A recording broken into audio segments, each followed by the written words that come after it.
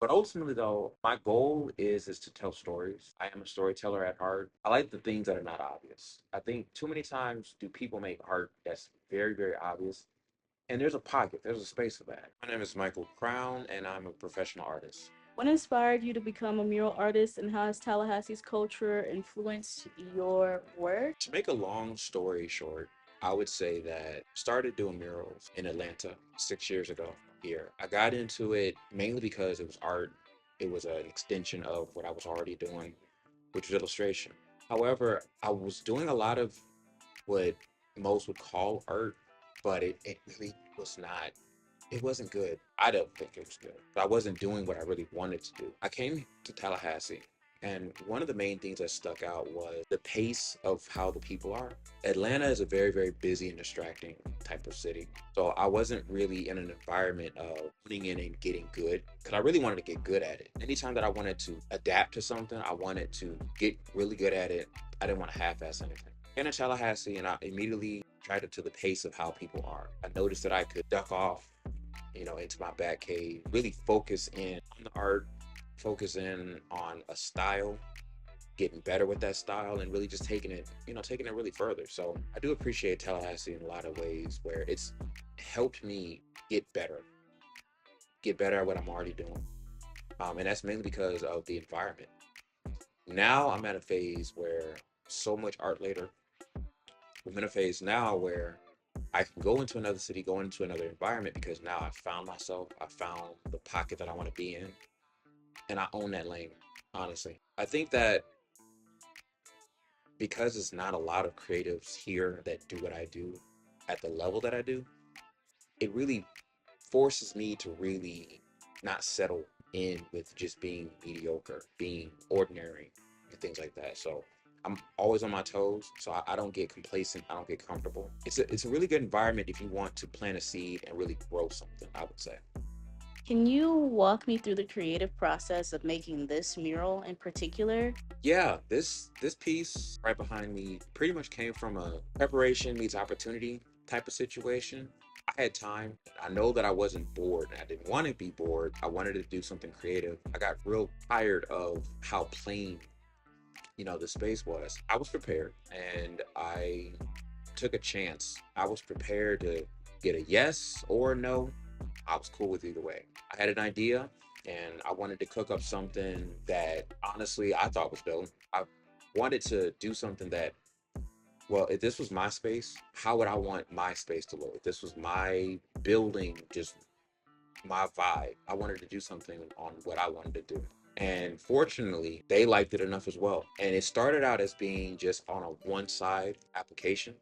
And they were like, well, the other side is just as boring. Would you mind extending it? I knew they was gonna go there with it, and I'm appreciative of it. I had a whole lot of help from protege Haley Dub. He's awesome in creating this. He was a trooper. She came in, and I thought I overworked her, but no, she stuck it out. And as much as this looks like a simple application, it's a lot more meticulous than I want to give it credit. Almost always doing something that's a little bit more abstract, more natural, more fluid. This was more patience than I have that was here. I had patience with her, patience with myself, patience with just people coming in and out, and just overall working in an area that's a public space. This is not in the privacy of my studio. This is an area that's going to be embraced and taken in by a lot of people who are coming in and out of the building. But ultimately, though, one of the pieces that I'm proud of, definitely look forward to doing a lot more of that this year. Are there specific themes or messages you aim to convey in your murals, especially in the context of the community? Yes, there are. I'll speak on one in particular. So when I came here, I guess probably most people will say I came here with a gimmick of I don't paint eyes in my artwork. As much as I've explained what that meant, I feel like a lot of people it just goes over their heads. So I'll try to simplify it. I don't paint eyes not because I don't know how to paint eyes. I just choose not to because of reasons of in times past. I felt that a lot of people they focus on the wrong things if it's a character. They focus on who it looks like and not the whole subject matter. So it's kind of like it gets lost in the sauce. And I felt that, well, if eyes are the windows to the soul, let me take away that soul. Let me take away the recognition of this being a person that you might recognize. And let me, you know, sell you on the entire drink. A lot of people admire it, a lot of people hate it. A lot of people have made sure that I know that they hate it. But ultimately, though, my goal is to tell stories. I am a storyteller at heart. I like the things that are not obvious. I think too many times do people make art that's very, very obvious, and there's a pocket, there's a space for that. But ultimately, I want something where you have to keep coming to it and you keep finding something new. A lot of my stuff has symbolism. There's some hidden meanings in my art that a lot of people to this day still don't know. A lot of my local pieces in town, a lot of people still don't know a lot of those things to me.